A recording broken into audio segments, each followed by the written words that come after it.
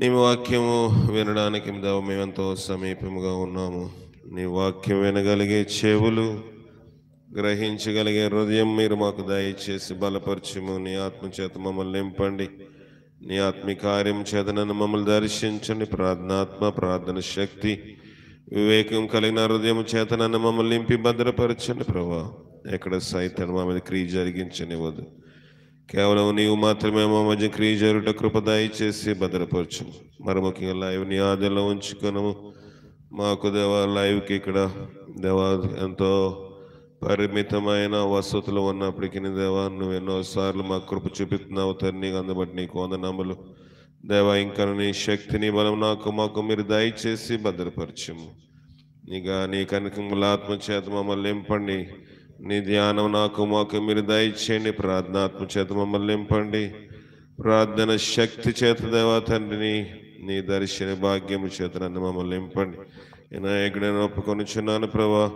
నేను ఎన్నికలైనటువంటి వాడిని ప్రభా, నన్ను క్షమించి బలపరచుము దేవా. వినగలిగే చెవులు, గ్రహించగలిగే హృదయం మాకొకరికి మీరు దయచేసి భద్రపరిచి దేవా తండ్రి నీ ఆత్మచేత నేను నింపబడటకు నీ సహాయమును నీ కాపుదలు మాకు మీరు దయచేయండి. ప్రార్థనాత్మ మాకు దయచేయండి ప్రభా తండ్రి. మాకెంతో విధంలో ప్రార్థన అవసరమై ఉన్నది.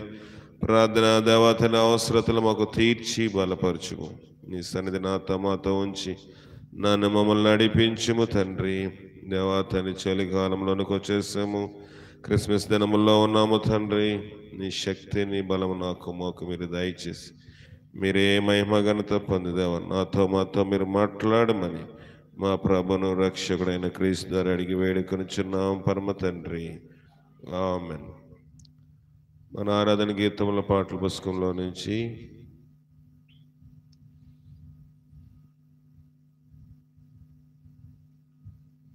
8వ పాట పాడుకుందాం. యేసు పరిశుద్ధ నామమునకు ఎప్పుడు అధిక స్తోత్రమే.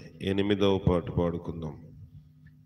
యేసు పరిశుద్ధ నామము నాకు ఎప్పుడు అధిక స్తోత్రమే. యేసు పరిశుద్ధ నామము నాకు ఎప్పుడు అధికం. ఇహ పరమోన మేలైన నామము, శక్తి కలిగినట్టి నామమిది. ఇహ పరమోన మేలైన నామము, శక్తి కలిగి నామమిది. పరిశుద్ధులు స్తుతించు నామమిది. పరిశుద్ధులు స్తుతించు నామమిది.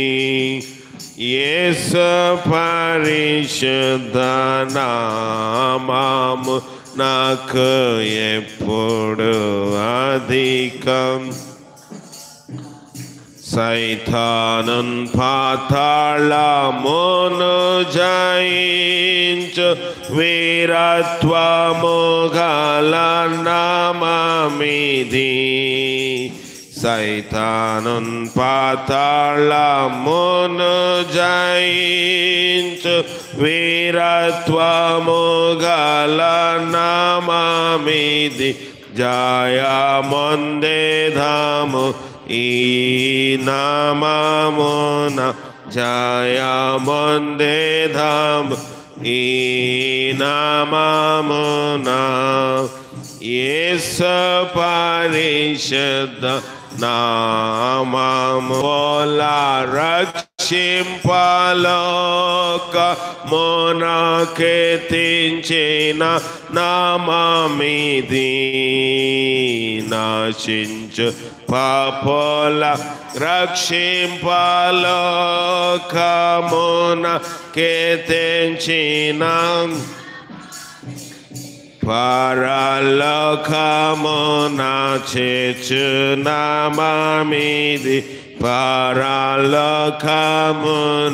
చేర్చునామమిది యేసు పరిశుద్ధ నామము నాకు ఎప్పుడు అధికం ఉత్తమ భక్తులు పొగడి స్తుతించు ఉన్నత దేవుని నామమిది ఉత్తమ భక్తులు పొగడి స్తుతించు ఉన్నత దేవుని నామమిది లోకమంతా ప్రకాశించు నామమిది లోకమంతా నామమిది యేసు పరిశుద్ధ నామము నాకు ఎప్పుడు అధికస్తం శోధన గాథల కష్ట సమయాన్న ఓదార్చి నడుపు నామమిది శోధన గాథల కష్ట సమయాన్న ఓదార్చి నడుపు ఆటంకము తీసివేయ నామమిది ఆటంకము తీసివేయ నామమిది యేసు పరిశుద్ధ నామము నాకు ఎప్పుడు అధిక నోత్రమే. ప్రభువైన యేసుక్రీస్తు నామములో మీ అందరికీ వందనములు తెలియజేస్తా ఉన్నాను. లైవ్లో వాక్యం వింటున్న గాంధీనగర్ వారికి ప్రత్యేకమైన వందనములు. అనేక మంది యూట్యూబ్ ద్వారా వాక్యం వింటున్న వారు కూడా ప్రత్యేకమైన వందనములు తెలియజేస్తా ఉన్నాను ప్రభువైన యేసుక్రీస్తు నామమున. మరి వాక్యములోనికి వెళ్ళక ముందు ఈ దినము నాకు చాలా ప్రత్యేకమైన దినము. అందుకే నేను ఇక్కడ ఉండాలని ఆశతోటి హైదరాబాద్ నుంచి రాత్రి రిజర్వేషన్ లేకపోయినా జనరల్లో రావడం జరిగింది. 1996 సంవత్సరము నవంబర్ 15వ తారీఖున దేవుడు నన్ను రక్షణ అనుభవంలోనికి తీసుకుని వచ్చిన దినము, నేను మారుమనసు పొందిన దినము. దాదాపుగా ఎన్ని సంవత్సరాలైంది? 96 నుంచి 2006కి 10 27 సరే 27 సంవత్సరం ముగించుకొని 28వ సంవత్సరంలోకి ప్రవేశించాను. దేవుడు ఎన్ని సంవత్సరములు రక్షణ అనుభవంలోకి నడిపించిన దినమును నేను అలక్ష్యం చేయకూడదు. మరి ఉదయకాలము బయలుదేరి వస్తే టైంకి ఇక్కడికి ప్రార్థనకి అందుకోగలమో లేదో తెలియదు. ఎంతో అవస్థతో కూడిన ప్రయాణం ఉన్నప్పటికీ హృదయంలో దేవుడు పెట్టిన భారమును బట్టి ప్రయాణము చేయడం జరిగింది. అనేక మందికి నా సాక్ష్యము తెలుసు, కానీ ఈ సందర్భముగా కొంచెము దేవుని వాక్యం చూసుకుని దాంట్లోంచి సాక్ష్యంలోనికి వెళ్దాం. ఎంతమందికి తెలుసు దేవుడు నాకు ఇచ్చిన వాగ్దానము? ఒకరికా? సరే, యెషయా రాసిన గ్రంథము 62వ అధ్యాయము 2వ వచనం చూద్దాం. యెషయా 62:2 చదవండి. జనములను నీతిని కనుగొనును, రాజులందరూ నీ మహిమను చూచెదరు. యెహోవా నియమింపబోవు క్రొత్త పేరు నీకు పెట్టబడును. సరిపోతుంది. దేవుడు ఈ వాగ్దానము ఏదో ఒక రోజు 2 రోజులు ఉపవాసం ఉంటే వచ్చింది కాదు. దాదాపుగా నాకు తెలిసి ఒక 23 రోజులు ఉపవాసం ఉన్నట్లు నాకు గుర్తు. మొదటగా మరి దీనికి ముందు అప్పట్లో దసరా సెలవులు వచ్చాయి. దసరా సెలవులకి అందరు యవనస్తులు నా తోటి వారందరినీ మేమందరం అప్పటికే 10వ తరగతిలోనికి ప్రవేశించేస్తున్నాం అందరవి. 10వ తరగతిలోకి వచ్చే టైంలో నాయన అన్నారు, మీరందరూ ఈ వయసు ఉన్న వాళ్ళు ఇంకా నెక్స్ట్ లెవెల్ ఏంటి, కాలేజీకి వెళ్ళిపోతారు కనుక కాలేజీలోని మీరు మారు మనసు పొందకుండా రక్షించబడకుండా ప్రవేశిస్తే సైతాన్ని ఎంతో దూరం తీసుకెళ్ళిపోతాడు కనుక మా ఏజ్ గ్రూప్ వాళ్ళందరినీ ఉపవాసంలో పెట్టారు. మీరందరు రక్షించబడాలి, మీ పాపములు ఒప్పుకోవాలి, మీరు ఒకరితో ఒకరు సరి చేసుకోవాలని. దసరా సెలవులు అంటే మరి అందరికీ సెలవులు ఉంటాయి కనుక నాయనకి ఎక్కడో కూటాలుంటే నాయన మమ్మల్ని ఉపవాసంలో పెట్టి కొంతమంది మాతో పాటు పెద్దలు కూడా ప్రార్థన చేస్తూ ఉన్నారు. అందరూ ఏం చేశారంటే ప్రార్థన చేశారు. నాయన ఎక్కడికో సభల నిమిత్తము కూటాల నిమిత్తం వెళ్ళిపోయారు. వెళ్ళిపోయిన అనంతరము దేవుడు అందరితో మాట్లాడాడు, కానీ నాతోటి మాట్లాడలేదు. 10 రోజులు ఉపవాసం ఉన్నా, ఇప్పుడులేగా టిఫిన్లు చేసే ఉపవాసం కాదులేండి, కఠిన ఉపవాసం ఉన్నాం. ప్రభా నేను మంచి నీళ్ళు తీసుకొని కనీసము అని ప్రార్థన చేస్తూ ఉంటే హృదయంలోంచి ప్రార్థన చేస్తుంటే కన్నీరు వచ్చేది కాదు. నీళ్ళు బావిలో కానీ బోర్లో కానీ ఎప్పుడు ఊరవు, కిందన ఆ బోర్లోని రాళ్ళు బండలు ఉంటే జలము రాదు. కన్నీరు రావటం లేదు. అందరూ ప్రార్థన చేస్తున్నారు, అందరూ కన్నీరు కారుస్తూ పశ్చాత్తాపడుతున్నారు, సరి చేసుకుంటున్నారు. 10 రోజుల లోపలే, కొంతమంది 4-5 రోజుల లోపలనే అందరికీ వాగ్దానాలు వచ్చాయి, కానీ నాకు వాగ్దానం రాలేదు. ప్రార్థన చేస్తుంటే కన్నీరు రావటం లేదు. సరే మరి ఏం చేయాలి ప్రభువా? 10th క్లాసు పబ్లిక్ ఎగ్జామినేషన్స్ ఇప్పుడులేగా, అప్పుడు అంత 10th క్లాస్ పాస్ అవడం అంటే సులభతరమైన పద్ధతులు లేవు. ఇప్పుడు అందరికీ ఫస్ట్ క్లాసులు వచ్చేస్తున్నాయి. అప్పుడు పేపర్లోని నెంబర్ కనబడితే చాలా సంతోషంగా ఉండేది. 10th క్లాస్ పబ్లిక్ ఎగ్జామినేషన్స్, ఎదరు చదువు ఉంది, ఒక ప్రక్కన రక్షణ, ఏది ప్రాముఖ్యము? సరే నాయన లేరు కాబట్టి నేను స్కూల్కి వెళ్ళాలి. అప్పటికే ఏంటవి స్కూల్ నుంచి ఫోన్లు కవర్ చేస్తూ ఉన్నారు. 10th క్లాస్ కదా, ఫోన్లే ఈ సంవత్సరం అయిపోయిన తర్వాత వేసవి సెలవుల్లో ఉపవాసం ఉండొచ్చులే అని అనేక మంది అనేక రకములుగా అనేక రకములుగా మాట్లాడినప్పుడు నిర్ణయం ఎటు వెళ్ళిందంటే, సరే స్కూల్లోకి వెళ్ళిపోదాంలే, దేవుడు మాట్లాడతాడులే, నెమ్మది నెమ్మదిగా సరి చేసుకోవచ్చని స్కూల్కి వెళ్ళిపోయాను. స్కూల్కి వెళ్ళిపోయిన తర్వాత మరి నాయన ఈ లోపల మీటింగ్స్ నుంచి ముగించుకుని వచ్చారు. అడిగారు మా అమ్మగారిని, ఎంతమంది రక్షించబడ్డారు? వీళ్ళందరూ రక్షించబడ్డారు. నాయన ఎందుకు అడిగి ఉంటారు? ఖచ్చితంగా కుమారుడు కూడా రక్షించబడి ఉంటాడు, ఆయన పేరు కోసం ఆయన ఎదురు చూస్తున్నారు. కానీ అమ్మగారు అందరి పేర్లు చెప్తున్నారు, కానీ నా పేరు చెప్పలేదు. ఆయనకి దుఃఖం అనిపించింది. మరి బాబు సంగతి తెలుసు కదా, అందరూ నన్ను బాబు అని పిలుస్తారు. బాబు సంగతి ఏమిటంటే ఆయనకి రాలేదు. మరి ఏంటంటే స్కూల్కి వెళ్ళిపోయాడు.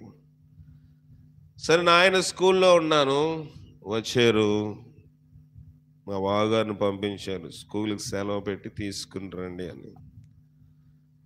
ఇంటికి వచ్చాను. ఇంటికి వస్తే నాయన అన్నారు, ఎందుకు రక్షణ పొందలేదు? రక్షణ ఉన్నాను నాయనగారు, 10 రోజులు ఉపవాసం ఉన్నాను, నాకు వాగ్దానం రాలేదు.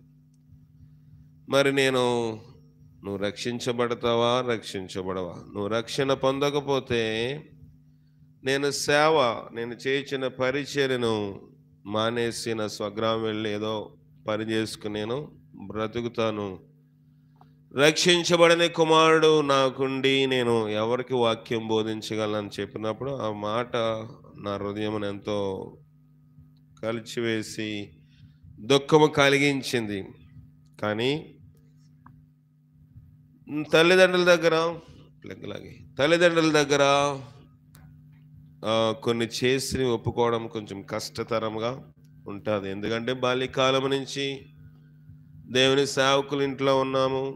కనీసము పెండ్లి అన్న మాట కూడా తల్లిదండ్రుల దగ్గర మాట్లాడడానికి కూడా ఆ రోజుల్లో అంత స్వతంత్రం ఉండేది కాదు. ఎవరు పెళ్లి గురించి మాట్లాడినా కూడా మాట్లాడనిచ్చేవారు కాదు. అవి ఇప్పుడు మీకెందుకు పెళ్లి సంబంధాలు, లేకపోతే పెండ్లి గురించి మీకు ఎందుకు అని చెప్పేవారు. అలాంటి తరుణంలోని దేవుడు మరి ఆయన మాట దేవుడు ఆయన ద్వారా మాట్లాడించాడు. సెలవు పెట్టించారు. లీవ్ లెటర్ పెట్టినప్పుడు మా హెడ్ మాస్టర్ అన్నారు, చదివే వాళ్ళు మీ అబ్బాయి కొంచెం బాగా చదువుతారండి, ఇప్పుడు ఆయన కూడా మీరు సెలవు పెట్టి తీసుకెళ్ళిపోతే మరి ఇంకెవరు మా స్కూల్లోని కొంచెం ఎక్కువ మార్కులని అంటే దానికంటే మాకు ప్రాముఖ్యమైనది రక్షణ అండి. సరే ఏదేమైతే ఏమైంది కానీ నాయన మొత్తానికి సెలవు పెట్టారు, త్వరలోనే పంపించేస్తాంలేండి అని చెప్పారు. దాదాపుగా నవంబరు అక్టోబర్ ఆఖరి నుంచి నవంబరులో వరకు అంతా ఉపవాసంలో ఉన్నాను. 14వ తారీఖు నిన్న ఉపవాసం అంటే గురువారం వచ్చింది. ఆ దినం నాకు గుర్తుంది బాగా.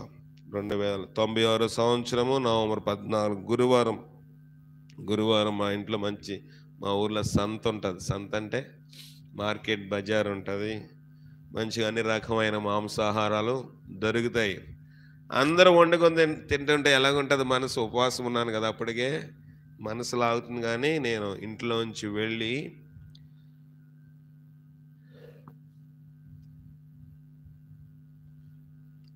చర్చ్లోని ప్రార్థన చేస్తూ ఉన్నాను. నీరసంగా ఉంది, ఏమీ తినకూడదు ప్రభువా. దేవుని సేవకులు జాషువా గారు రాసిన ఆయన స్వీయ చరిత్ర చదువుతాను ఇంగ్లీష్లో. అప్పుడు నాకు అంత తెలుగు సరిగా రాదు. చదువుతున్నాను, ప్రభువా ఇంత కూడా మాట్లాడావు కదా అని చెప్పి ఆ రోజు ఒక కమలాకాయ, ఒక నారింజకాయ తీసుకుని చెట్టుకుంటే అది తింటూ అది చదువుతూ ప్రార్థన చేస్తూ ఉన్నాను. సాయంకాలం అయిపోయింది కానీ దేవుడు మాట్లాడట్లేదు. ప్రార్థన చేసుకుని బయటకు వస్తే అప్పుడు చాలామంది విశ్వాసులు అక్కడ ఉండేవారు, పరిచయం చేస్తూ రక్షణకు వచ్చిన వాళ్ళు, మారుమనసుకు వచ్చిన వాళ్ళు, అనేకమైన సమస్యలతోటి చర్చిలో ఉండేవారు. ప్రార్థన ముగించగానే అందరూ అడిగేవారు, బాబు నీకు వాగ్దానం దేవుడు ఇచ్చాడని. ఎవరికేం సమాధానం చెప్పను. ఆ పుస్తకంలో రాయబడి ఉంది ఏంటంటే, మరి జో గారికి కూడా చాలా రోజులు అలా ఉపవాసం ఉండి ప్రార్థన చేస్తున్నప్పుడు ఆయనకు కూడా వాగ్దానం రాలేదు. వాగ్దానం రాకపోతే ఆయనతో పాటు వాళ్ళ తల్లి కూడా ఉపవాసం ఉండి రాత్రి 2 గంటల వరకు ప్రార్థన చేస్తున్నట్లు చదివి మా అమ్మగారి దగ్గరికి వెళ్ళి, అమ్మ మరి ఇలా చదివాను, నువ్వు నాతో పాటు ఈరోజు ప్రార్థన చేస్తావు అంటే అమ్మ అంగీకరించారు ప్రార్థనలో ఉండటానికి. ఇన్ని దినములకు ముందుగా దేవుడు నా పాపాలన్నీ బయలుపరుస్తూ ఉంటే కొన్ని కఠినమైన పాపములు అంటే శరీర సంబంధంగా చేయకపోయినప్పటికీ మనస్సులోని లోకమునకు, లోక పాపమునకు తావిచ్చుట బట్టి వాటిని ఒప్పుకోవడానికి కొంచెం కష్టమైంది. సిగరెట్లు, బూతులు, సినిమాలు ఇలాంటివి ఏమీ లేవు. కానీ దేవుడు యవన వయస్సులో ఉన్నప్పుడు యవనస్తులు తప్పగా తొట్టిల్లుతారు.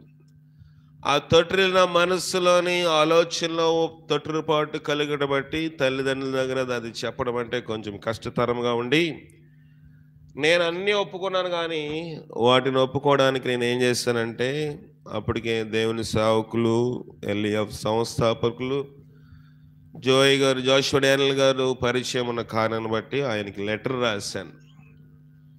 లెటర్ రాసి నేను కొండెక్కి ప్రార్థన చేస్తూ ఉన్నాను, అక్కడనే ఒంటరిగా. చలికాలం ఇది కానీ, చలిగా ఉంది కానీ కొండలో ఎక్కి ప్రార్థన చేస్తూ ఉన్నాను. ఒక జీడి మామిడి చెట్టు, ఏమంటారు ఇక్కడ, ముంత మామిడి చెట్టు కింద కూర్చొని ఈతాకులు చాపేసుకుని ప్రార్థన చేస్తూ ఉన్నాను. 12 అయిపోయింది, 1 గంట అయిపోయింది. అవన్నీ రాసి ఫోల్డ్ చేసి బైబిల్లో దాన్ని పెట్టి పోస్ట్ చేయడం కోసమని ఒక ఒక కవర్ తీసుకురావడానికి కింద అంగడికి షాప్కి వెళ్ళాను. షాప్కి వెళ్ళి వచ్చి నేను ఆ రాసిన తెల్ల పేపర్ మీద రాసిన ఆ లెటర్ని ఎన్వలప్లో పెట్టాలని చూస్తే బైబిల్లో ఆ లెటర్ లేదు. ఎగిరిపోయిందేమో, మళ్ళీ రాయాలా అనుకుంటున్నాను. చాప తేలి చూసాను, బైబిల్ తిరిగి చూసాను, ఎక్కడా లేదు. కానీ నాయన నిన్ను పిలుస్తున్నారని మా అక్క ఒకళ్ళు చెప్తే వెళ్తే ఆ లెటర్ నాయన చేతిలో ఉంది. ఎలా ఎదుర్కోవాలి నాయన్ని? ప్రభువా పిలిచారు, నాయన మాట్లాడుతూ ఉన్నారు, గదిలో తలుపేసి మాట్లాడుతూ ఉన్నారు. ప్రతి విషయము క్షుణ్ణంగా అడిగినప్పుడు ప్రతి విషయం ఆయనతో మాట్లాడుతూ ఉన్నాను. శరీర సంబంధం ఎలాంటి పాపము చేయలేదు, కానీ హృదయంలోని నా ఆలోచనలు వేరుగా ఉన్నాయని చెప్పినప్పుడు నాయన ఈ దినం కోసమే నేను ఎదురు చూస్తున్నాను. అన్ని తేటగా ఒప్పుకున్నాను. నాయన అన్నారు, నాకు తెలుసు నేను ఎంత బలమైన సేవ చేస్తూ ఉన్నాను. నీ మనస్సులో వేరే వారు విగ్రహంగా ఉన్నారని నాకు దేవుడు ఎప్పుడో బయలుపరిచాడు. కనుక ఈ విషయం నేను అమ్మాయికి చెప్పలేదు, నాలో నేనే ఉంచుకున్నా. కానీ మనసులో ఒక ఆలోచన అంతవరకే. ఈ తలంపు వచ్చినప్పుడు ప్రభు అన్నాడు, నువ్వు ఒక స్త్రీని మోహపు చూపుతో చూచినప్పుడు అప్పుడే ఆమెతోటి వ్యభిచారము లేకపోతే పాపము చేసినట్లు. నాయన ఇది కూడా పాపమే. తల్లిదండ్రులను నువ్వు మోసం చేసావు గనుక నాయన అన్నారు, క్షమాపణ అడిగి వెళ్ళి అమ్మ దగ్గరికి అన్నప్పుడు మొదటి నాయన్ని క్షమాపణ అడిగాను, అమ్మను క్షమాపణ అడిగాను. అంతటితో నా హృదయంలో భారం అంతా తీరిపోయింది. కానీ దేవుడు వెంటనే క్షమించేస్తాడా? క్షమిస్తాడు, కానీ వెంటనే మాట్లాడడం. మనం కూడా ఒక మనిషితో మాట్లాడేటప్పుడు మనుషులను మనం ఏం చేస్తాము? క్షమిస్తాం, కానీ వెంటనే వారితో మనము మాట్లాడు. కొన్ని రోజులు పడుతుంది. ఇలాగా నేను చేసినవన్నీ ఒకటి ఒకటి ఒప్పుకుంటా ఉన్నాను. నేను 10th క్లాస్లో టీచర్ని కూడా కొట్టాను. కొంచెం భయంకరంగా ఉండేవాడిని. ఆయన నేను కొట్టేసరికి 3 రోజులు జ్వరం వచ్చింది. జ్వరం అంటే భయపడ్డాడు ఆయన. జ్వరం వచ్చింది, స్కూల్లో రావడమే మానేశాడు, ప్రైవేట్ స్కూల్ కాబట్టి. ఈ రకంగా ఉన్నప్పుడు మళ్ళీ ఆయన కూడా నేను క్షమాపణ అడిగాను. తదుపరి దేవుడు మరి ఒక అంగడిలోని ఒక షాపులోని ఏదో కొనుక్కున్నట్టు గుర్తుంది నాకు. అతనికి చెల్లించకుండా ఎప్పుడో 6వ తరగతిలో చేసిన దేవుడు 10వ తరగతిలోని బయలుపరుస్తూ ఉన్నాడు. అప్పట్లో ఎంత ₹1.5 ₹2 గుర్తులేదు. పల్లి ఉండలో, శనగుండలో, కొబ్బరి ఉండలో నేను తిన్నాను. ఆ ఊర్లో అందరు తెలుసు కాబట్టి డబ్బులు లేవంటే, నాయన లేరంటే ఇచ్చారు. నేను మర్చిపోయాను. తర్వాత ఆ షాప్కి వెళ్ళడం మానేశాను, ఎందుకంటే మళ్ళీ వెళ్తే అడుగుతారని. చూడండి, నరుని హృదయం వారి బాల్యం నుండి కేవలము చెడ్డది. నేను వెళ్ళలేదు, అతను రాసుకోలేదు, మర్చిపోయాడు. అతని దగ్గరికి వెళ్ళి కానీ అతను గుర్తుంటుంది అనుకున్నాను, కానీ 4 సంవత్సరాలు నాకు గుర్తుంది, కానీ అతనికి గుర్తు లేదు. అన్నారు, వెళ్ళి అతని చేతులు పట్టుకుని క్షమాపణ అడగమన్నారు. అందరూ చాలామంది ఉన్నారు. ఊరి మధ్యలోని సెంటర్లో షాపు, అందరి మధ్యలో అతని దగ్గరికి వెళ్ళి క్షమాపణ అడగడము కొంచెం ఇబ్బంది అయినప్పటికీ, నీకు దేవుడు కావాలంటే వెళ్ళి తగ్గించుకో, దేవుడు నీతో మాట్లాడి వెళ్ళి తగ్గించుకుంటే వెళ్ళి చేతులు పట్టుకుని దేనికోసం అంత చిన్నదానికోసము ఇంత ఎందుకని అంటే, లేదు మా అబ్బాయి కావాలనే మీ షాప్లో తీసుకున్నాడు, కొన్ని రోజులకి ఇచ్చేద్దాం అనుకున్నాడు, తర్వాత మీ షాపు రావడం మానేస్తాడు కనుక హృదయంలో కావాలనే తప్పు చేశాడు కనుక క్షమించమన్నప్పుడు ఆయన కూడా క్షమించాడు. ఆ రీతిగా అయిపోయింది. స్కూల్కి వెళ్ళాలి. టీచర్స్ అందరినీ తిట్టుకుని ఉంటారు కదా మనసులో. నేను కొట్టినప్పుడు కానీ ఏదైనా వర్క్ ఇచ్చినప్పుడు కానీ తిట్టుకునే అన్నీ కూడా దేవుడు బయలుపరుస్తుంటే నాయన అన్నారు, ఇవన్నీ క్షమాపణ అడగాలి. వెళ్ళాను. నేను అప్పుడు స్కూల్ లీడర్గా పనిచేస్తాను. స్కూల్ పీపుల్ లీడర్ అంటే SPL అంటారు స్కూల్స్లోని. మామూలుగా ప్రైవేట్ స్కూల్లో కెప్టెన్ అంటారు. అంటే స్కూల్ అందరి మీద ఒక అధికారిగా ఉంటారు అనమాట. హెడ్ మాస్టర్ తర్వాత మిగతా విషయాలు చూసుకునే బాధ్యత ఉంటుంది. ఉన్నప్పుడు మాకు కొంత డబ్బులు కలెక్షన్ చేస్తారు. డబ్బులు ₹2 ఆ రోజుల్లో, ₹3 ఒక మనిషికి ఉండేది.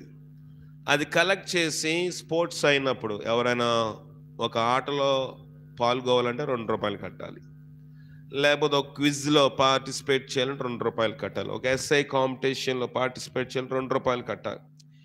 ఇలాగా కట్టిన డబ్బులు ఎవరైనా రాకపోతే ఆ డబ్బులు వాడేసుకున్నాను. అప్పట్లోనే ₹60. దేవుడు దాన్ని బయలుపరుస్తున్నాడు. ₹60 నువ్వు వాడేసుకున్నావు కదా, స్కూల్ కెప్టెన్గా ఉన్నప్పుడు రాని వారి డబ్బులు నువ్వు నిజాయితీగా వాళ్ళు వచ్చిన రాపన దాన్ని పుస్తకంలో నమోదు చేసి మీ స్కూల్ యాజమాన్యానికి దాన్ని ఇచ్చేయాలి, కానీ నువ్వు దాన్ని వాడుకున్నావు. దేవుడి క్షమాపణ అడగమంటున్నాడు. అది కొంచెం కష్టతరంగా ఉంది, ఎందుకంటే స్కూల్లో నాకు సాధారణంగా 9th ఆఖరిని 10th బిగినింగ్లో కెప్టెన్షిప్ ఇస్తారు, కానీ నాకు 8th క్లాస్లోనే ఇచ్చారు. ఎందుకంటే నాయన మంచి సేవకులైన స్కూల్ వారికి తెలుసు, నన్ను కూడా వాళ్ళు బాగా నమ్మేవారు, ఎందుకంటే చాలా నమ్మకంగా పనిచేసేవాడిని. కానీ ఇప్పుడు ₹60 దొంగిలించారంటే వాళ్ళు ఏమనుకుంటారో. నాయన అన్నారు, వాళ్ళు ఎవరేమనుకున్నా నీకు అనవసరం, వెళ్ళి క్షమాపణ అడగమంటే నాయన నాకు ధైర్యము చాలటం లేదంటే నేను వస్తాను అన్నారు. తప్పదు, నాయన వస్తానన్నప్పుడు నీకు లేని బాధ నాకు లేని బాధ నీకేది నడువు అన్నారు. తీసుకెళ్తున్నారు, కానీ నాయన ముందే వెళ్ళిపోయారు లోపలికి వెళ్ళిపోతే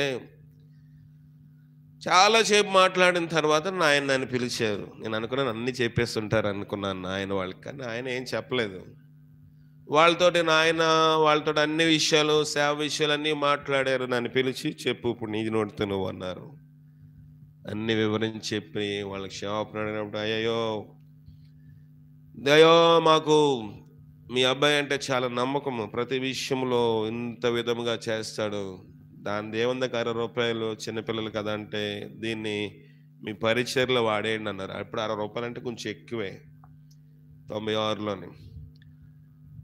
నాయన అన్నారు, ఇది పాపపు సొమ్ము అండి, దొంగిలించిన సొమ్ము, ఇది దేవుని పరిచర్లో నేను వాడలేను, మీరు తీసుకోండి, మీ దేవుని పరిచర్య ఇవ్వాలంటే వేరే రూపంగా ఇవ్వండి, ఈ డబ్బులు నేను దేవుని పరిచర్లోని వాడలేనని చెప్పారు. దాని విషయం కూడా సరి చేసుకున్నాను.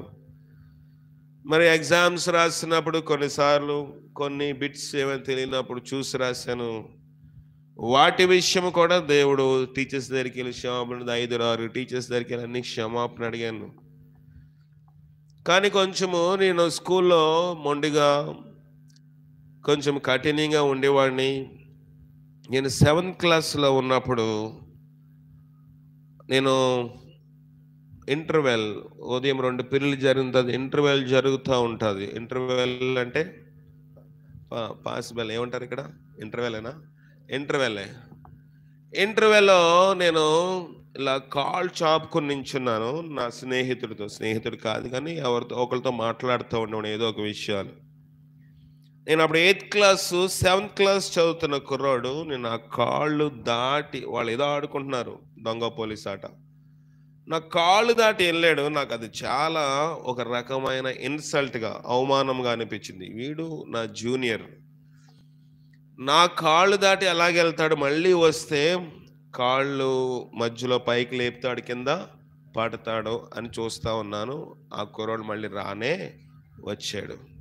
చూస్తూ ఉన్నాను, వాళ్ళు ఆడుతున్నది అంతా ఎక్కడెక్కడ తింటుందో గ్రౌండ్లో కనబడుతుంది. వాళ్ళు మళ్ళీ నా దగ్గరికే వచ్చాడు, మళ్ళీ దాటే ప్రయత్నం, కాళ్ళు పైకి లేపాను,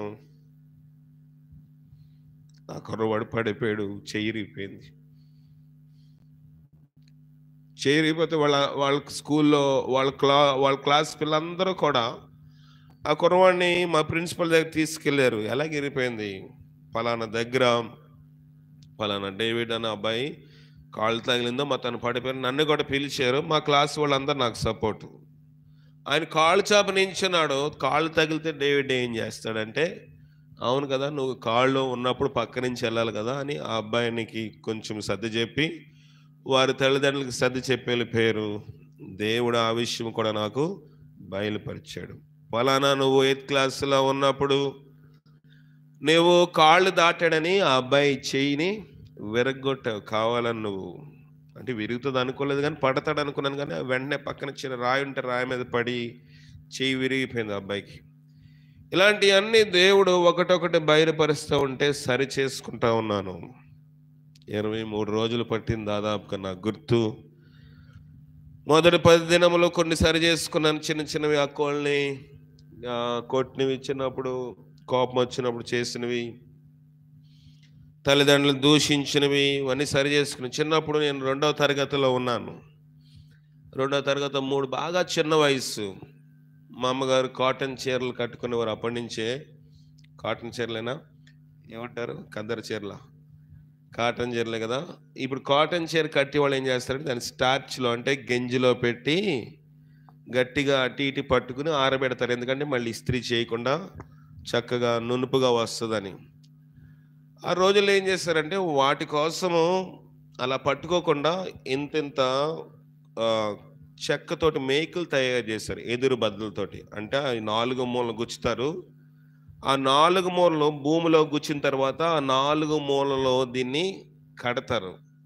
చీర టైట్గా కడితే చక్క ఇస్త్రీ అలా ఎండలో ఆరిపోతుంది, ఇస్త్రీ వచ్చినట్టు వస్తుంది. నేను టీ తాగుతా ఉన్నాను, అవి కనిపించలేదు ఆ మేకులు. అమ్మగారు మేకులు కనపడకపోతే నువ్వే ఖచ్చితంగా తీసుంటావు అని అన్నారు మా అమ్మగారు. నేను తీయలేదు అన్నాను. నిజంగా నేను తీయలేదు, కానీ నేను చిన్నపిల్లని కాబట్టి ఆడతాను కాబట్టి నువ్వే తీసుంటావు అని అమ్మగారు అంటే నేను టీ తాగుతున్న టీ ఆమె మీద పోసాను.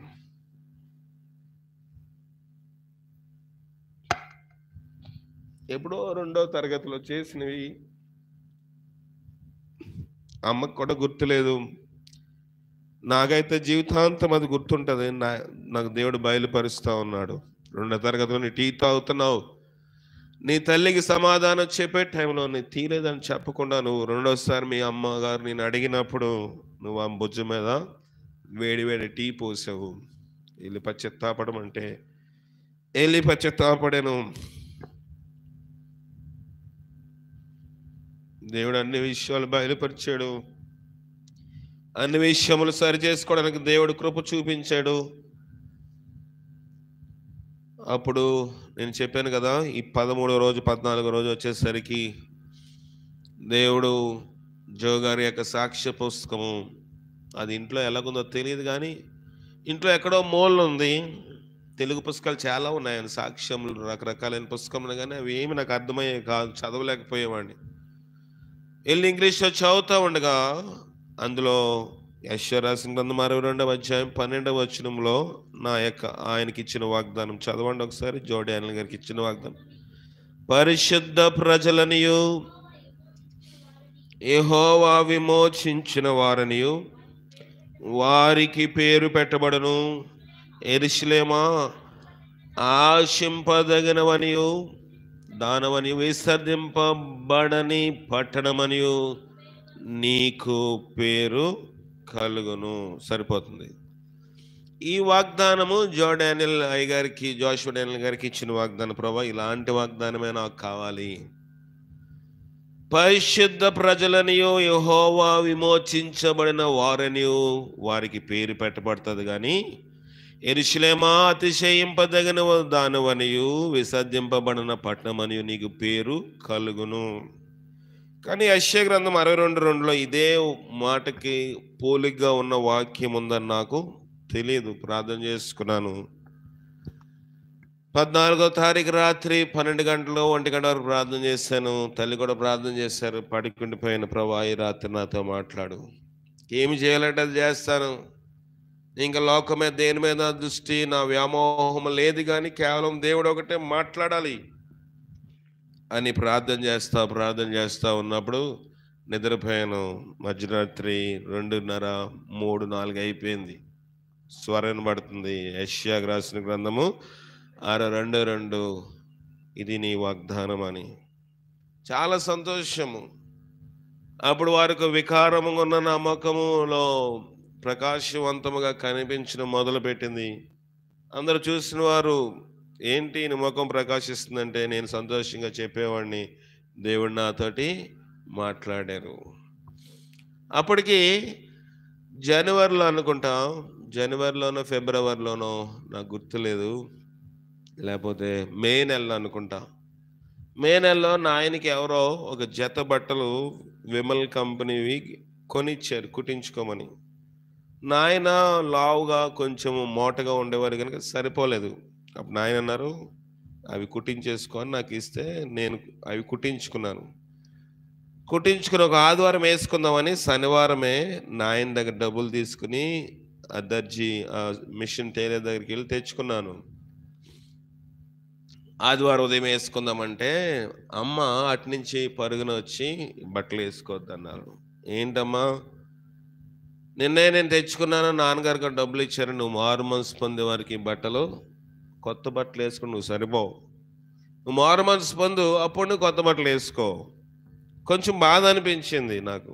ఏంటి కొత్త బట్టలకి మారు మనసు సంబంధం ఏంటి అంటే, ఆ రీతిగా వాక్యంలో కుమారుని పెంచుట్లో తండ్రి కానీ తల్లి కానీ ఒక్కడనే కోడిక అయినప్పటికీ 5 తర్వాత లోక సంబంధముగా కొంచెం గారాభము, కొంచెము ముద్దు ముచ్చట ఉన్నప్పటికీ దేవుని విషయంలో వారు అనడం నాతో రాజీ పడలేదు. కనుక నాకు కొంచెం ఆయాసం అనిపించినప్పటికీ నా బట్టలు అలాగ తగిలించుకుని చూసుకునేవాడిని. ఎప్పుడు మారుమనసు పొందుతాను, నాతో దేవుడు ఎప్పుడు మాట్లాడతాడు, ఈ బట్టలు ఎప్పుడు వేసుకోవాలి.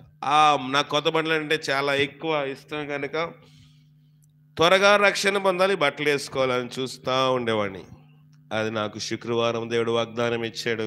దాదాపుగా 5 నెలలు 4 నెలలు ఆ గోడకే అలా తగిలించి పెట్టాను బట్టలు. బూజు బట్టిని అన్నీ శుభ్రం చేసుకుని మళ్ళీ ఆదివారం రోజు, శనివారం దాటితే ఆదివారం రోజు ఆ బట్టలు వేసుకుని, నూతనమైన బట్టలు వేసుకుని సాక్ష్యం చెప్పడం జరిగింది సంఘంలో. ప్రియమైన దేవుని సంఘమా, దేవుడి రీతిగా మార్చాడు. అనుకుంటాం ఒక సేవకుల ఇంట్లోనే ఉన్నారు కదా, దేవుని నమ్మికతో ఉన్నవారే కదా దేవుని తెలుసుకుంటేనే రక్షణ అనుకుంటారు. కాదు, జకీకి అన్నీ తెలుసా తెలీదా? తెలుసు, ప్రభు గురించి తెలుసు, ప్రభు గురించి వెళ్ళాడు. కానీ జకీ ఇంట్లోనికి ప్రభు వచ్చిన తర్వాత రక్షణ రాలేదు. కానీ జకీ తన పాపములు ఒప్పుకొని విడిచిపెట్టిన తర్వాత ప్రభు అన్నాడు, ఇతడును అబ్రహాము కుమారుడే, నేడు ఇంటికి రక్షణ వచ్చినది. కనుక పాపములు ఒప్పుకొని విడిచిపెట్టే ద్వారాగా దేవుడు ఆ రీతిగా నన్ను రక్షించాడు. దేవుడు అనేకమైన విషయముల్లో దేవుడు నన్ను అనేకమైన ఒడిదుడుకులు వచ్చినప్పుడు కూడా, జీవితంలోని అనేకమైన పోరాటాలు ఎదుర్కొని వచ్చినప్పుడు కూడా దేవుడు సహాయం చేస్తా ఉన్నాడు. ఒక పావుగంట వాక్యం చూసుకుని ముందుకు వెళ్దాము. కీర్తన గ్రంథం 19:18 వచనము. కీర్తన 19:18 నేను నీ ధర్మశాస్త్రమందు ఆశ్చర్యమైన సంగతులు చూచినట్లుగా నా కన్నులను తెరవము. ధర్మశాస్త్రంలోని ఏముంటాయంట? ఆశ్చర్యమైన సంగతులు. చాలామంది ఈ లోకంలోని సైన్సిస్టులు అనబడిన వారు, అంటే శాస్త్రజ్ఞులు, ఎన్నో గొప్ప కార్యములు చేశారు. దేవుడు మొట్టమొదటిగా ఆదామునకు గాఢ నిద్ర కలుగు చేసి వారి యొక్క ప్రకట ఎముకలో ఒక ఎముకను తీసి దాన్ని దేంతో ఫిల్ చేశారంట? మాంసంతో దాన్ని పూడ్చివేసి ఆ ప్రకట ఎముకలో, ఆదాము ఎముకలోంచి తీసిన ఎముక చేత స్త్రీని చేశాడు. ఈ యొక్క వచనము చదివిన ఒక శాస్త్రజ్ఞుడు ఏం చేశాడంటే, అయ్యో అనేక మందికి ఏదైనా దెబ్బ తగిలితే, ఏదైనా గాయమైతే, ఏదైనా చేయవలసి వచ్చినప్పుడు, ఆపరేషన్ చేయవలసి వచ్చినప్పుడు, వాళ్ళు కుట్లు వేసినప్పుడు కానీ, ఆ దెబ్బను శుభ్రం చేయవలసి వచ్చినప్పుడు కానీ, ఒక పన్నును పీకినప్పుడు కానీ ఎంతో విపరీతమైన నొప్పికి వాళ్ళు లోనవుతున్నారు. మరి ఆదాముకి ఇలాంటి నొప్పి ఏమీ లేదు కదా, ఆదాముకి ఇలాంటి బాధ ఏమీ లేదు కదా అని ఆ శాస్త్రజ్ఞుడు ఏం చేశాడంటే ఆలోచించడం మొదలుపెట్టాడు. ఎలాంటి నొప్పి లేకుండా ఆదాము జస్ట్ ఏదో పడగదిలో తన మంచం మీద పడుకుని వచ్చేసినట్లుగా వెళ్ళి వచ్చేసాడు. అతనికి ఇబ్బంది ఏమీ లేదు, మామూలు మనిషిగానే ఉన్నాడు. వెంటనే స్త్రీ వస్తే పద్యం కూడా ఆదాము పాడాడు. ఇంత సునాయాసంగా ఎలాగూ తిరిగాడంటే ఖచ్చితంగా దేవుడు అతనికి మత్తు ఇచ్చి ఉండాలి. ఆ మత్తుని దేవుడు బైబిల్ రాయించాడు, గాఢ నిద్రను కలుగజేశాడు. ఆ మాట తీసుకుని ఎనస్థీషియాను, మత్తు మందును కనిపెట్టాడు సైన్సిస్ట్. ప్రియమైన దేవుని సంగమా, ధర్మశాస్త్రంలో ఆశ్చర్యమైన సంగతులు అంటే ఇవే. ఏ శాస్త్రజ్ఞుడు కానీ భూప్రపంచంలో అన్ని దేశంలో ఏ సైన్సిస్టు అడిగినా నువ్వు ఇది ఎలా కనిపెట్టావంటే వాళ్ళందరూ చెప్పేది బైబిలే ఆధారము. నీ ధర్మశాస్త్రంలో ఆశ్చర్యమైన సంగతులు చూచినట్లు నా కనులను తెరవము. ఆదాములో నుంచి అవ్వను తీసిన ఆ సంఘటన ఒకటి ఏమైందంట, అతనికి మత్తు మందు కనిపెట్టడానికి అనుగుణంగా మారింది. 96 వచనంలో 19:96 కూడా చదవండి. 19:96 సకల సంపూర్ణతకు పరిమితి కలదని నేను గ్రహించి ఉన్నాను. నీ ధర్మోపదేశము అపరిమితమైనదంట. దేవుని ఉపదేశము ప్రతి ఏంటి, మళ్ళీ ఒకసారి చదవండి దయచేసి. సకల సంపూర్ణతకు ఒక లిమిట్, ఒక పరిమితి కలదని నేను గ్రహించి ఉన్నాను. నీ ధర్మోపదేశము అపరిమితమైనది. చూడండి, దేవుని వాక్యము ఒక్కొక్కసారి ఒక్కొక్కలాగా అర్థమవుతుంది, ఒక్కొక్కసారి ఒక్కొక్కలాగా మాట్లాడుతుంది. స్కూల్లో టెక్స్ట్ బుక్స్ మారిపోతాయి. 1వ తరగతి నుంచి 10వ తరగతికి ఇంగ్లీష్ ఆంగ్లానికి ఒకటి, తెలుగుకోటి, హిందీకోటి, సోషల్, సైన్స్, మ్యాథమెటిక్స్ 6 సబ్జెక్టులు ఉంటాయి. ఈ 6 సబ్జెక్టులు 1వ తరగతి నుంచి 10వ తరగతి అయ్యే బోధిస్తారా? ప్రతి సంవత్సరము టెక్స్ట్ బుక్ మారిపోతుంది. కొన్ని సంవత్సరముల తర్వాత ఇప్పుడు 1వ తరగతిలో ఉన్న సిలబస్ కూడా మళ్ళీ మార్చేస్తారు. ఎందుకంటే టెక్నాలజీ పెరుగుతుంది, మనుషులు చిన్న వయసులోనే అనేకమైన తెలుసుకుంటున్నారు కనుక ఈ యొక్క ఎడ్యుకేషనల్, ఈ యొక్క విద్యకు సంబంధించిన వారు ఏం చేస్తారంటే ఈ టెక్స్ట్ బుక్స్ అన్నీ మార్చేస్తారు. కానీ లోకములోని వాక్యము ప్రతి ఆదివారం బోధించబడినప్పటికీ, ఏ స్తుతి కూటంలో బోధించబడినప్పటికీ, ఉపవాస ప్రార్థనలో బోధించబడినప్పటికీ, స్త్రీల కూటంలో బోధించబడినప్పటికీ, సండే స్కూల్లో బోధించబడినప్పటికీ ఈ టెక్స్ట్ బుక్ మారదు. ప్రతిదానికి పరిమితి ఉంది. కానీ ఏమిటన్నాడు అక్కడ దావీదు? ప్రతిదానికి సకల సంపూర్ణతకు పరిమితి కలదు కానీ నేను గ్రహించి ఉన్నాను. నీ ధర్మోపదేశము అపరిమితమైన, నీ ఉపదేశం అపరిమిత, దానికి పరిమితి లేదు.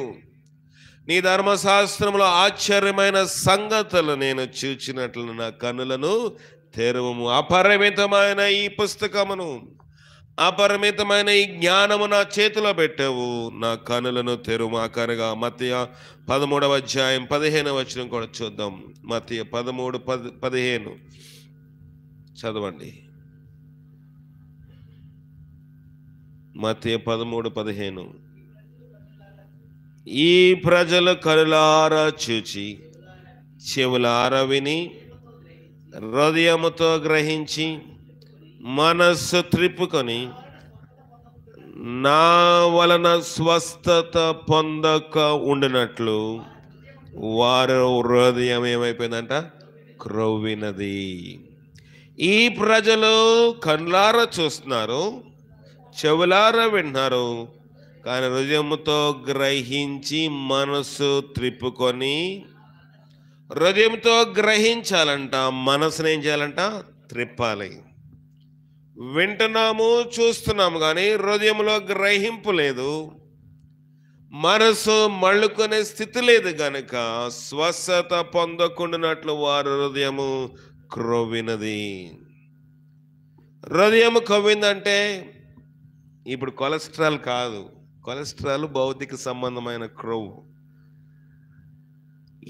ఈ క్రొవ్వు గురించి ప్రభు మాట్లాడేది. హృదయము అన్నిటికంటే మోసకరమైనది, అది ఘోరమైన వ్యాధి కలది. మనుష్యుని పాడు చేసేది హృదయము. విన్నప్పుడు నిజమే కదా అనుకుంటాం, చూస్తున్నాము నిజమే కదా దేవుడు ఉన్నాడు అనే ఒక అనుభవంలోనికి వస్తున్నాం. ఎన్నో కార్యములు దేవుని చేసిన సూచక్రియలు మనం చూసినప్పుడు నిజమే కదా, దేవుడు ఎంత గొప్ప కార్యము చేశాడు, దేవుడు ఉన్నాడు. రెండోది, నీ వింటున్నప్పుడు మన జీవితంలో కొన్నిసార్లు జరిగినప్పుడు ఎదుటి వారి జీవితంలో చూసినప్పుడు నిజమే కదా అనుకుంటాం, కానీ మన మనస్సును తిప్పుకోకుండా మన హృదయంతో గ్రహించకుండా ఉన్నట్లుగా క్రొవ్విందంట. క్రొవ్వడం అంటే పాపము చేత నిండిపోయింది హృదయం. కనుక ఏమవుతుందంట, వారి చెవులు వినుటకు మందములైనవి, వారి తమ కనులు మూసుకొని ఉన్నారు గనుక మీరు వినుట మట్టుకు విందురు గాని గ్రహింపరు, చూచుట మటుకు చూచుదురు గాని ఎంత మాత్రము తెలుసుకుంటారు. సరిపోతుంది. వినుట మట్టుగా వింటున్నాము. దేవుని సన్నిధిలో ఉన్నప్పుడు నిజమే కదా అనిపిస్తుంది, కానీ గృహంకు వెళ్ళిన తర్వాత ఇవన్నీ చేస్తే ఎట్లా బ్రతకగలమండి, ఇవన్నీ చేస్తే మా వల్ల కాదులే, ఇవన్నీ చేస్తే ఏంటి అని మన హృదయంలోని సైతాండు క్రొవ్వును పెట్టి, పాపాన్ని పెట్టి వినుట మట్టుగా వెళ్ళి కూర్చోలే. నువ్వు క్రైస్తవుడు కనుక, క్రైస్తవురాలు కనుక ప్రార్థనకి వెళ్ళాలి కనుక వెళ్ళు. నువ్వు క్రైస్తవుడు కనుక, క్రైస్తవురాలు కనుక బైబిల్ ఉండాలి కాబట్టి పెట్టుకో. నువ్వు క్రైస్తవుడు కనుక, క్రైస్తవురాలు కనుక పాటల పుస్తకంలోంచి పాటలు పాడాలి కనుక పాడు. లేకపోతే నాతో సైతాన్ చెప్తాడు, నువ్వు ఒక బోధకుడికి, నీ యొక్క పరిచర్య కాబట్టి నువ్వు చెయ్యాలి, కాబట్టి ఏం చేయాలి, నువ్వు బోధించాలి కాబట్టి బోధించు. ప్రతి ఒక్కరితో సైతానుడు వ్యవహరించే విధానం ఆ రీతిగా ఉంటుంది. గతించిన నిన్న దినము ఆదివారం రాత్రి ప్రయాణం వెళ్ళాము. సోమవారం అక్కడ ఉన్నాం, ఒక రాత్రి ఉండాం. దాదాపుగా 2.5 సంవత్సరాలు అయింది వారి దగ్గరికి వెళ్ళి. మేము 2.5 సంవత్సరాలు అయిన తర్వాత కూడా వెళ్ళాము, కానీ ఏమీ వ్యర్థమైన మాటల కోసం ఏమీ మాట్లాడడానికి అవకాశం లేకుండా దేవుని కోసమే మాట్లాడుకోవడానికి దేవుడు సమయం ఇచ్చాడు. నూతనమైన వారిని అక్కడ పరిచయం చేశాడు. వారితో మాట్లాడడానికి, వారి గృహముల కోసం ప్రార్థన చేయడానికి దేవుడు అవకాశం ఇచ్చాడు. ప్రియమైన దేవుని సంగమా, భౌతిక సంబంధముగా ఒక వ్యక్తికి బాగోనప్పుడు వెళ్ళినప్పుడు కూడా దేవుడు తన పరిచర్య చేయడానికి అక్కడ కూడా వాడుకుంటా ఉన్నాడు. అది రాత్రి రిజర్వేషన్ దొరకలేదు. నాకేమో కొంచెము సౌఖ్యము అలవాటు పడి అన్రిజర్వ్డ్ కంపార్ట్మెంట్లో కోచ్లోని ప్రయాణం చేయడం కొంచెం ఇబ్బంది అయినప్పటికీ, ప్రభా ఇదేదో నా స్వసిద్ధము స్వలాభం కోసం వెళ్ళటం లేదు కదా. గతించిన ఆదివారమే పౌలు గురించి విన్నాము. ఏంటి, అనేక పర్యాయం కొట్టబడ్డాడు, సముద్రంలో ఒక రోజు ఒక రాత్రి ఉన్నాడు. ప్రభా ఈ ట్రైన్లో సీట్ ఉన్నది కానీ పడుకోవడానికి సౌఖ్యం లేదని నేను విసుక్కుంటున్నానేమో. ఎక్కడికి వెళ్ళినా వాళ్ళందరూ అన్ని రకమైన మాంసాహారాలు పెడుతున్నారు. బాగా తినకపోతే ఒక బాధ, తింటే ఒక బాధ. తిన్న తర్వాత రాత్రి నిద్ర లేదు, అదొకటే తేనిపు వస్తుంది, కడుపులో మంట చేస్తూ ఉంది. కానీ దేవుడు ఎన్ని గుర్తు చేస్తా ఉన్నాడు ప్రయాణంలో. ప్రభా నీవు చెప్పడం కాదు, నువ్వు బోధించడం కాదు, నువ్వు అనుభవించాలి కదా. నువ్వు ఎవరికి అనుభవించకుండా ఎవరికి బోధిస్తావు? ఇది చెప్పినప్పుడు దేవుడి వాక్యం గుర్తు చేస్తున్నాడు. వారు వినుట మట్టుకు విందురు కానీ గ్రహింపరు, చూచుట మట్టుకు చూతురు కానీ ఎంత మాత్రము తెలుసుకొనరు. కనుక అనేక విషయాలు మన జీవితంలో చూస్తున్నాం. బైబిల్లోని భక్తులు కానీ, లోకంలో అనేక మంది బైబిల్ని అనుసరించి నడిచిన దైవజనులు, దేవుని సేవకులు, మిషనరీలు ఎన్నో వారి జీవితంలో పణముగా పెట్టి మనకు ఎన్నో రహస్యాలు బోధించారు. చూసాము, కొన్ని వింటా ఉన్నాము, కానీ హృదయం క్రొవ్వుపోతే మన మనసు తిరగదు. కనుక దేవుడు ఏమన్నాడంటే, నీ ధర్మశాస్త్రంలో ఆశ్చర్యకరమైన సంగతులు నేను చూచినట్లుగా నా కనులను తెరువుము. ఎందుకంటే ధర్మశాస్త్ర ఉపదేశము అపరిమితమైనది. దాంట్లో ఎంత తవ్విన గనిలో నుంచి, ఒక గని ఎంత తవ్విన, ఒక బొగ్గు గని కానివ్వండి, కోలార్ గోల్డ్ ఫీల్డ్స్ అని తమిళనాడులోని, ఎంత తవ్వితే అంత బంగారం వస్తూ ఉంటుంది. కోలార్ గోల్డ్ ఫీల్డ్స్ KGF అంటారు. అక్కడ ఎంత తవ్వితే బంగారం వస్తుంది. లేకపోతే ఒక వజ్రములు దొరికిన స్థలముగా అక్కడికి వెళ్ళి తవ్వుతూ ఉంటే వజ్రములు వస్తూనే ఉంటాయి. బైబిల్ ఎంత చదివిన జ్ఞాన ఉపదేశము ప్రతి ఒక్కరికి లభ్యము ఎంతో అవుతూ ఉంటుంది. ప్రియమైన దేవుని సంగమా, ఈ రాత్రికాల సమయంలో దేవుడు మనతో మాట్లాడుతున్నాడు. దేవుని యొక్క ధర్మశాస్త్రంలో ఆశ్చర్యమైన సంగతులు చూచినట్లుగా మన కనులు ఇంకా మూతబడి ఉన్నవా? వారు కనులు మూసేసుకున్నారంట, చెవులు ఏం చేసుకున్నారు? వారు తమ కనులు మూసుకున్నారు గనుక మీరు ముందే వారి చెవులు వినుటకు మందములై ఉన్నవి. మందమైందంటే వినిపించటం లేదు. చెవుడు మనిషి, ఒక చెవిటి వ్యక్తికి ఎలాగ వినబడదో అలాగా వాక్యము వింటున్నాము, కానీ మందం అయిపోయిందంటే చెవులోంచి లోపలికి పెట్టలేదు అంటారు కదా. ఈ చెవులోంచి విని ఈ చెవులోంచి విడిచిపెట్టినట్లుగా అయిపోతుంది వాక్యము. దేవుడు ప్రతి ఆదివారము లేకపోతే శనివారము, బుధవారము స్త్రీలు కూడము, లేకపోతే యవనస్తులు కూడము, క్రిస్మస్లు, ఇంకా అనేకమైన సండే స్కూల్ ద్వారా వాక్యము నిత్యం ఎందుకు బోధిస్తున్నారంటే మనుషులు అనుకున్నారంట వారు ఒక చెవితో విని ఇంకో చెవులోంచి విడిచిపెట్టేస్తున్నారు. మందమైపోయింది. చెవులో గులము మట్టి ఉన్నప్పుడు చెవులు ఎలాగ వినబడవో, వాడు ఎలాగ శుభ్రం చేసుకుంటామో మన చెవులోని వాక్యము వినకుండా, లేకపోతే హృదయంలో నుంచి దేవుని తోటి తిప్పుకోకుండా మన యొక్క మనస్సు హృదయం ఎలా క్రొవ్వుపోయిందో వాటి నుంచి మనం విడుదల పొందాలంటే ఆ క్రొవ్వు అనే పాపాన్ని తీసివేయాలి. రాత్రికాల సమయంలో దేవుడు మనతో మాట్లాడుతూ ఉన్నాడు. 1996 సంవత్సరంలో నేను ఆ రీతిగానే ఉన్నాను. అప్పటి వరకు దాదాపుగా ఎంతో వయసు యవ్వనంలోకి వచ్చినప్పటికీ, ఒక దేవుని సేవకుల కుటుంబంలో ఉన్నప్పటికీ, ఒక దైవజన గృహంలో పుట్టినప్పటికీ హృదయము క్రొవ్వు చేత పాపము చేత నిండినప్పుడు వాక్యము బాల్యకాలించి విన్నాను. క్రిస్మస్ వస్తే ప్రతి క్రిస్మస్లోని 2వ తరగతి 1వ తరగతి నుంచి నా జ్ఞాపకం ఇంగ్లీష్లోనే చెప్పాలి, తెలుగులో కూడా ప్రవచనాలు చెప్పాలి, లేకపోతే ఊరుకునేవారు కాదు. పండగ వస్తే సంతోషం ఉండేది కాదు, ఎందుకంటే చిన్నది మిస్టేక్ వచ్చినా మరి దాన్ని ఊరుకునేవారు కాదు ఇంట్లోని. కనుక 12 వచనాలు 14 వచనాలు ఇచ్చేవారు. 1వ తరగతిలో 12 14 వచనాలు గుర్తుండడం అంటే చాలా కష్టము. అది ఇంగ్లీష్లోనే చెప్పాలి, తెలుగులో చెప్పాలి. కనుక ఆ రోజుల్లో ఆ క్రమశిక్షణ మాకు నేర్పారు కనుక, నేర్పించినప్పుడు మేము లోబడ్డాం కనుక పండగ అప్పుడు మాకు మిషన్ స్కూల్లో చదువుకున్నాం కాబట్టి దాదాపుగా 10 రోజులు సెలవులు ఇచ్చేవారు. కనుక సెలవుల నుంచి హాఫ్ ఇయర్లీ ఎగ్జామ్స్ రాసి ఇంటికి వచ్చిన వెంటనే బైబిల్ చేతిలో పెట్టేవారు. ఇక్కడి నుంచి ఇక్కడికి ప్రవచనాలు మీరు చెప్పాలి. పండగ ఈ స్టేజ్ మీద మైక్ ఇచ్చి చెప్పే వరకు ఒక టెన్షన్, ఒక రకమైన బాధ, ఒక రకమైన ఆవేదన ఉండేది. కానీ దేవుడు 6 దినముల్లో చదివిన వాక్యం అది ఇంగ్లీష్లో తెలుగులో అనేక మంది చెప్పినప్పుడు దేవుడు అనేక ప్రాంతాల్లో బలపరిచి వాడుకుంటున్నాడు. ఇప్పుడు బైబిల్ లేకపోయినా దేవుని వాక్యం ప్రతిదీ మనసులోని ఉంది కనుక ఈజీగా చెప్పుకుని వెళ్ళిపోగలను. ఎక్కడుందో కొన్ని వచనాలు గుర్తుండే కానీ ప్రతి వచనము సందర్భంగా దేవుడు జ్ఞాపకము చేస్తూ ఉంటాడు. అందుకే దావీదు అంటున్నాడు, నేను పాపము చేయక ఉండినట్లు నీ వాక్యంతో నా హృదయమును నింపుకుంటాను ప్రభువా. దేవుని వాక్యాన్ని నింపుకోవాలి. మనం అనేకమైన చేత నింపుకుంటా ఉన్నాం లోకంలో, వాటి చేత కాదు కానీ దేవుని వాక్యము చేత మనం మన హృదయం నింపుకున్నట్లుగా పరిశుద్ధాత్మ శక్తి మనకు సహాయం చేసి కాపాడుగా ప్రార్థన చేసుకుందాం. జీవాధిపతి నీ ఘనమైన పాదముల కొందనములు, నీ సహాయం నాకు మాకు మీరు దయచేయండి. నీ బలం చేత మమ్మల్ని నింపండి ప్రభువా. నీ ఆత్మీయ కార్యము చేత మమ్మల్ని దర్శించి బలపరచుము. నాయకుడైన ప్రభువా నన్ను జ్ఞాపకము చేసుకును. నీ ఆత్మచేత నన్ను మమ్మల్ని దర్శించి బలపరిచి నీ కృపగల ఆత్మచేత మమ్మల్ని నింపండి.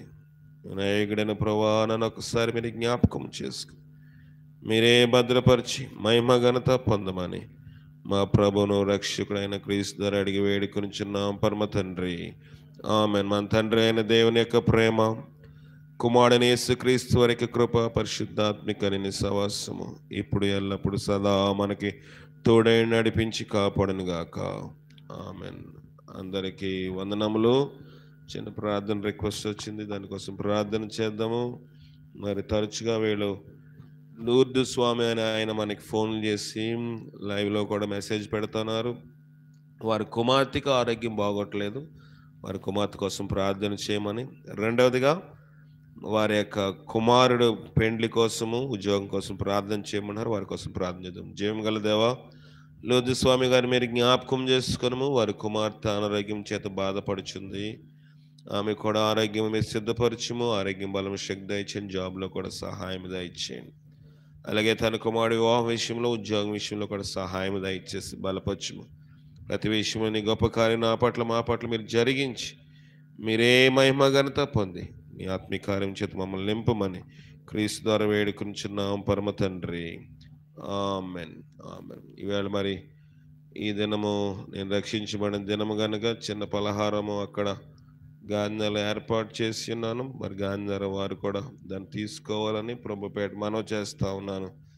చిన్న ప్రార్థన మొదట జాన్ మనకు చిన్న ప్రార్థన చేస్తాడు.